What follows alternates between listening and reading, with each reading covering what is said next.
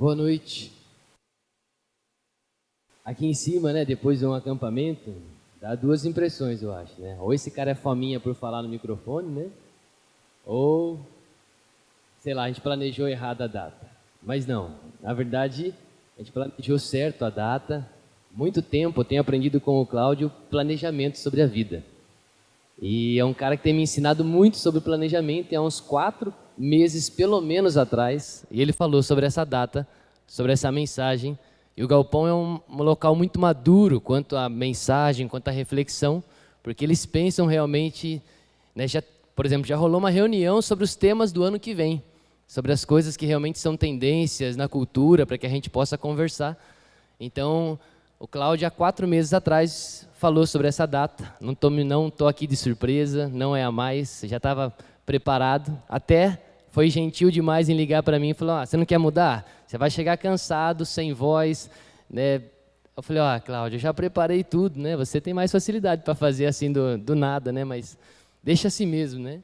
Então, eu busquei realmente uma reflexão sadia para que a gente pudesse conversar sobre o tema de hoje, que é a canção de um coração grato. Esse mês nós estamos falando sobre canções do Natal que foram colocadas na Bíblia. O Evangelho de Lucas mostra 4 canções cantadas por algumas pessoas. Uma delas é Maria, mãe de Jesus, outra é Simeão, outra são os anjos, e a que eu vou falar hoje é Zacarias, pai de João Batista, quem batiza Jesus. E queria que a gente hoje refletisse um pouquinho sobre essa profundidade da reflexão, da canção que Zacarias entoou. Mas eu queria fazer uma pergunta antes para nós, né? Qual o seu entendimento sobre o Natal?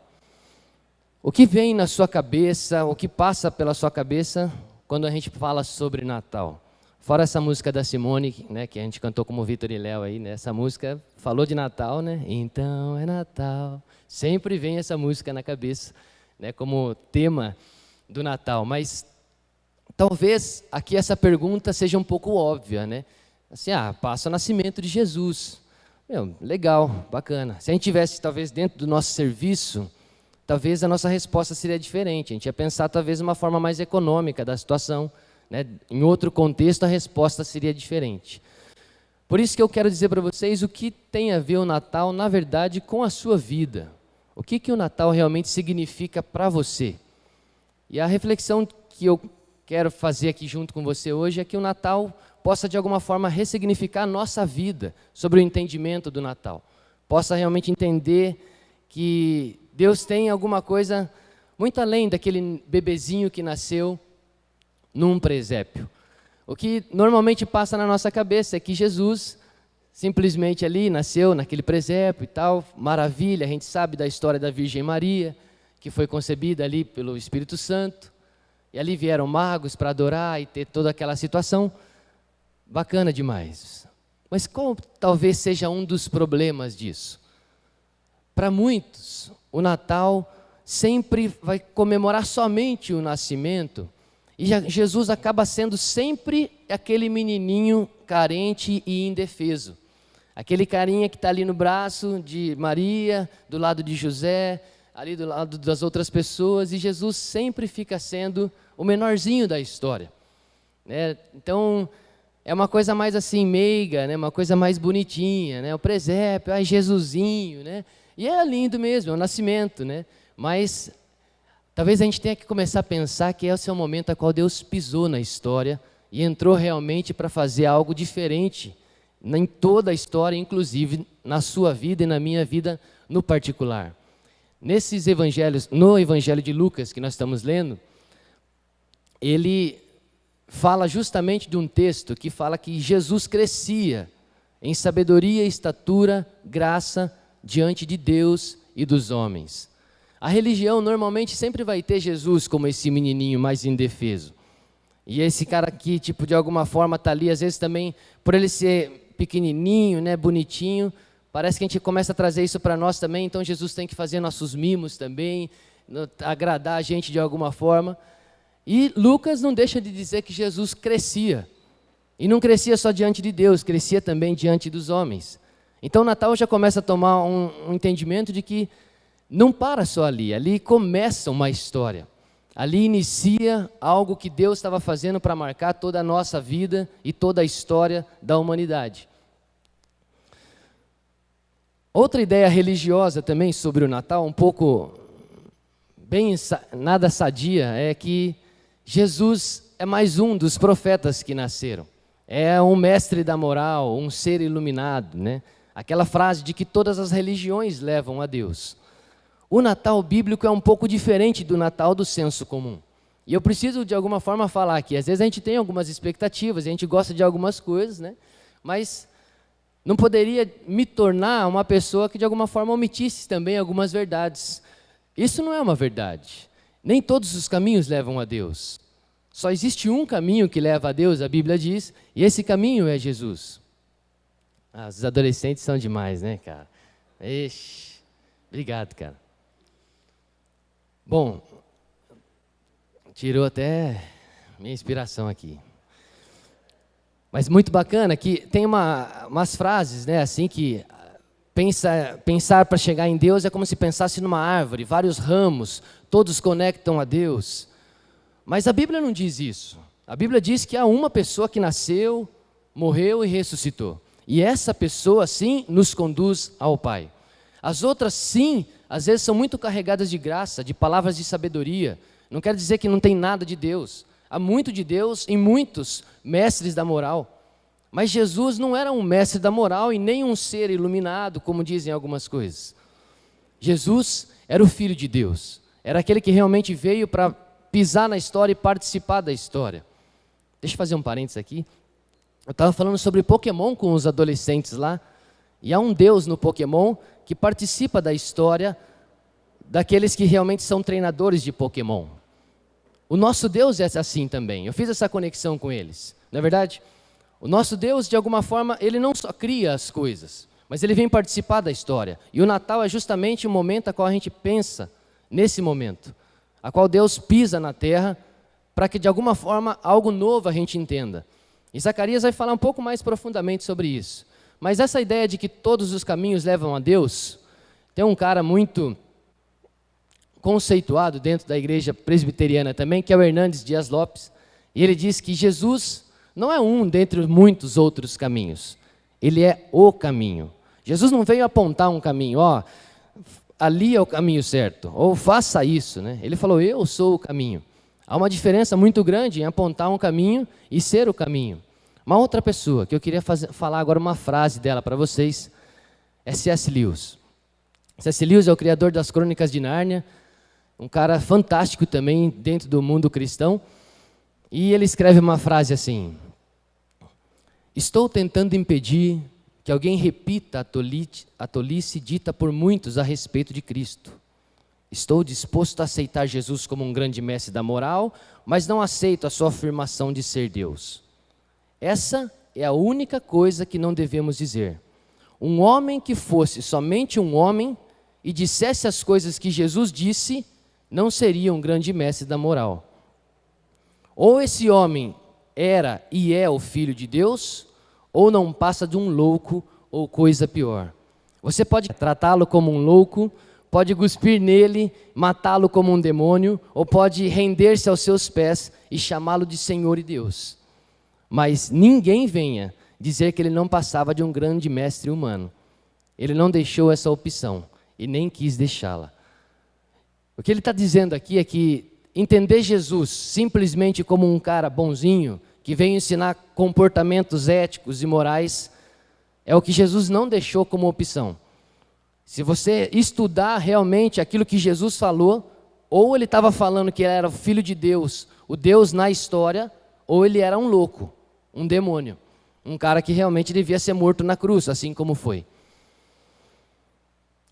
Aí começa a trazer uma seriedade um pouco maior do nosso Natal, começa a fazer um pouco mais sentido, e Jesus começa a sair desse aspecto do bebezinho, que nunca cresceu, que fica sempre ali, ou daquele que é um dos tantos outros. Não, Jesus é o único caminho, Jesus é a marca onde Deus entra na história da humanidade.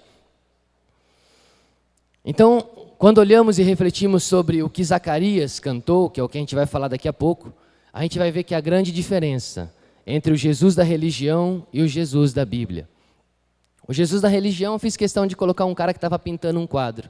O Jesus da religião é aquele Jesus que eu acho que ele tem que ser. Ele se torna aquilo que para mim é necessário. No tempo da minha vida eu preciso disso daqui, então Jesus se torna aquilo lá para mim. Mas o Jesus da Bíblia não. O Jesus da Bíblia é o Senhor, é o centro da história. E quem se adequa a ele, na verdade, agora somos nós. Mas deixa eu começar então a falar agora quem foi Zacarias. Dentro desse contexto, de que o Natal não é muitas vezes bem visto, muito bem entendido, até mesmo pelo povo cristão, a gente precisa agora começar a entender o que Zacarias quis dizer quando Jesus nasceu. Zacarias, para a gente fazer a história, ele era da tribo de Levi.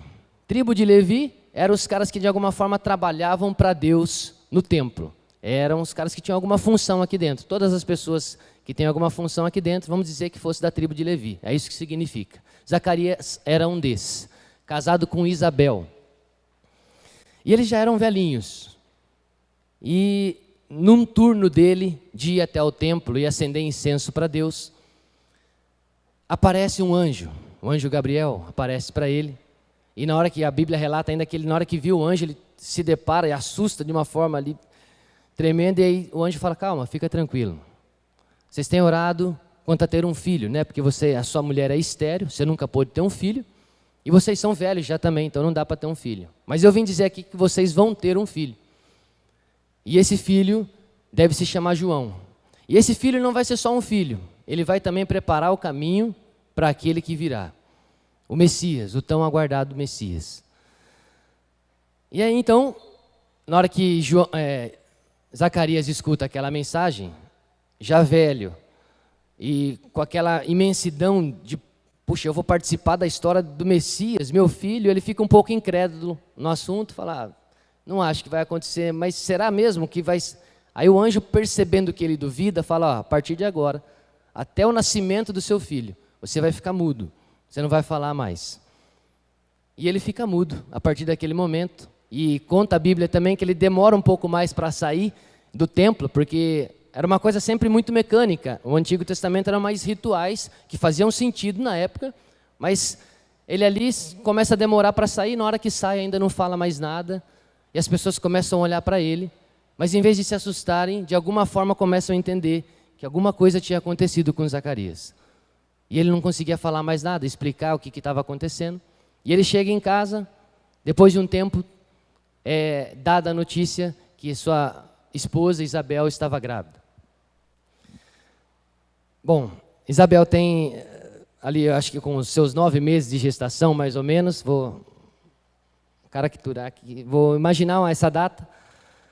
Aí chega, o mesmo anjo vai até Maria, agora entra na história do presépio lá, vai até Maria, fala, ó, você vai ter um filho, e o seu filho vai ser o Messias. E aí Maria tem todo aquele contexto com José, Maria fica grávida também, para encurtar a história. Aí ela é prima de Isabel, ela vai até a casa de Isabel, carregando Jesus ali no ventre também. Isabel já maior, porque já era um tempo antes. E na hora que Maria chega ali diante de Jesus, diante de Isabel, o filho, João Batista, que estava ali na barriga, dá um pulo, assim, de alguma forma estremece, a Bíblia conta.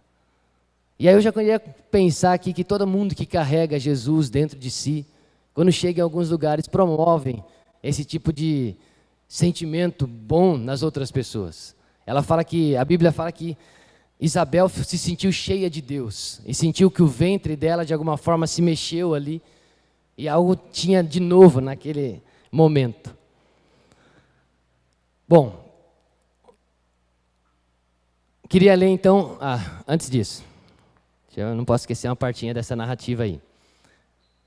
Ele tem ali o momento a qual João Batista vai nascer, João Batista nasce, e aí então ele não podia falar, ele escreve o nominho do João numa tabuazinha, aí mostra para eles assim, e na hora que ele fala, chama João, aí ele percebe que está falando, fala, João, aí ele começa a ficar todo feliz, glorificar a Deus, aí ele escreve o cântico de Zacarias.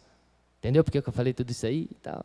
Para a gente chegar nesse ponto aí, Entendeu? Então, chegamos no ponto principal, onde a gente vai pensar agora a mensagem, o cântico de Zacarias. Zacarias, nesse momento, pronuncia essas palavras. Seu pai Zacarias foi cheio do Espírito Santo e profetizou. Aí ele começa: Louvado seja o Senhor, o Deus de Israel, porque visitou e redimiu o seu povo. Ele promoveu poderosa salvação para nós, na linhagem do seu servo Davi, como falara pelos seus santos profetas na antiguidade. Salvando-nos dos nossos inimigos e da mão de todos que nos odeiam, para mostrar sua misericórdia aos nossos antepassados e lembrar sua santa aliança, o juramento que fez ao nosso pai Abraão. Resgatar-nos das mãos dos nossos inimigos para servi-lo sem medo, em santidade e justiça diante dele todos os nossos dias. E você, menino, agora ele está falando do filho dele, será chamado profeta do Altíssimo, pois irá diante do Senhor para lhe preparar o caminho, para dar ao seu povo o conhecimento da salvação, mediante o perdão dos seus pecados, por causa das ternas misericórdias do nosso Deus, pelas quais do alto nos visitará o sol nascente para brilhar sobre todos aqueles que estão vivendo nas trevas e na sombra da morte, e nos guiar nossos pés no caminho da paz.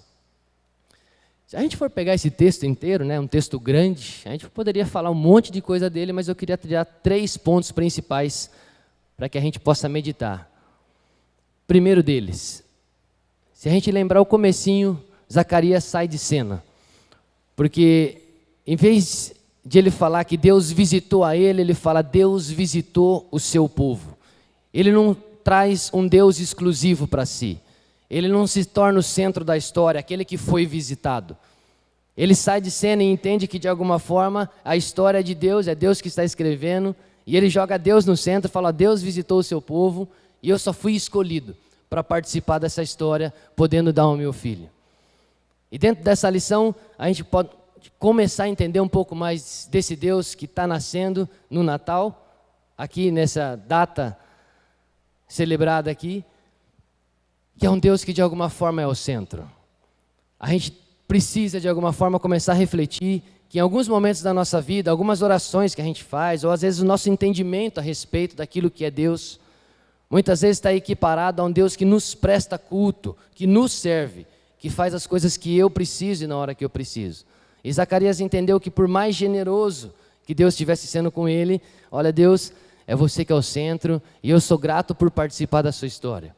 A gente começa a entender que algumas coisas que a gente passa não necessariamente são simplesmente difíceis às vezes, fazem sentido quando Deus está no centro da história. Quando eu estou no centro da história, todas as coisas têm que ser boas para mim, aos meus olhos. Mas quando eu entendo que Deus está no centro da história, de alguma forma até as coisas ruins podem fazer sentido para mim. Porque eu já não sou o centro também. Então não interessa se está bom ou ruim para mim, desde que eu esteja dentro daquilo que Ele pensou para mim. Um segundo ponto. Nossa, peraí. Vamos lá. Ele traz Cristo como centro. Ele fala da promessa que Deus havia feito de enviar um Salvador e Redentor. Salvador. Salvar a gente do pecado, de uma morte eterna, que é falado também, da ira de Deus, da opressão dos inimigos, de nós mesmos. Ele fala sobre algumas coisas que Deus se manifesta como Salvador. O sair do centro e colocar Cristo no centro é entender também que muitas vezes o perigo da sua vida não se encontra somente do lado de fora. Às vezes se encontra do lado de dentro também. Cristo morreu para nos salvar, mas também para nos salvar de nós mesmos.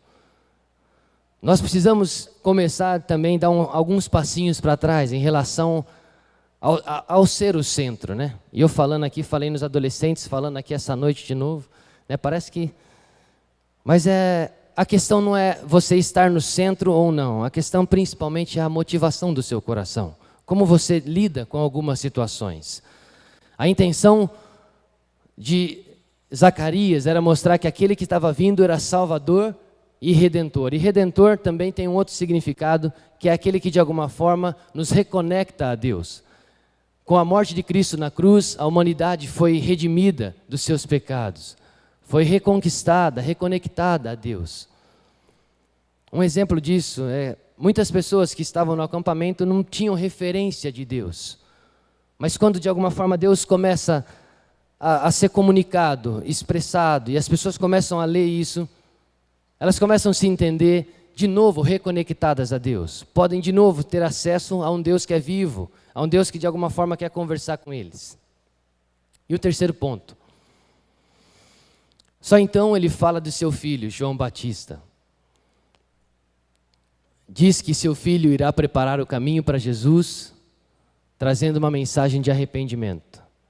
Eu acho um pouco fantástico essa palavra, mas um pouco chocante, porque o João Batista, quando ele vem, ele não traz uma mensagem simplesmente de que o Messias bonitinho, Jesus, nasceu.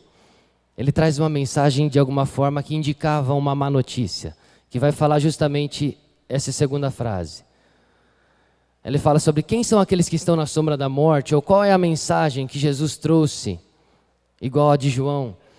Existia um povo que estava na sombra da morte, e existe hoje um povo que estava na sombra da morte. Esse povo que fala na sombra da morte somos nós, aqueles que se consideram realmente pecadores. Precisava de alguém que viesse indicar para eles que um Deus veio nascer na terra e veio para falar com esse povo. A mensagem deles, de João Batista e de Jesus, foi essa quando ele veio. Depois que João foi preso, Jesus foi para a Galileia, proclamando as boas novas de Deus, dizendo: o tempo é chegado, o reino de Deus está próximo. Arrependam-se e creiam nas boas novas. Zacarias podia ter um coração grato, porque ele viu o maior de todas as promessas se cumprir, que foi o Salvador nascer, e a sua vida foi atingida por isso. A minha vida e a sua vida, temos visto de alguma forma Jesus ser muito mais do que um bebê. Temos visto Jesus nascer na história, morrer na história, ressuscitar na história, e a gente agora tem sido chamado a participar dessa história. E isso talvez seja o que mais gerou a gratidão no coração de Zacarias. Você consegue talvez ouvir a canção de gratidão de Zacarias, que percebe essa situação? Será que nós podemos também ser gratos, pois o nosso Salvador nasceu e nos tem chamado individualmente para participar dessa história? O que eu queria dizer para vocês hoje, eu disse que o Salvador nasceu e Zacarias percebeu que isso era mais importante na história do que mesmo a sua própria história. Mas ao mesmo tempo Deus o chama para uma jornada, para fazer parte dessa história maravilhosa que Ele tem escrito. E que a gente possa então ouvir essa história, participar dela e ser grato por esse coração que Deus tem nos dado. Queria que vocês fechassem seus olhos um minutinho. A gente vai fazer uma oração.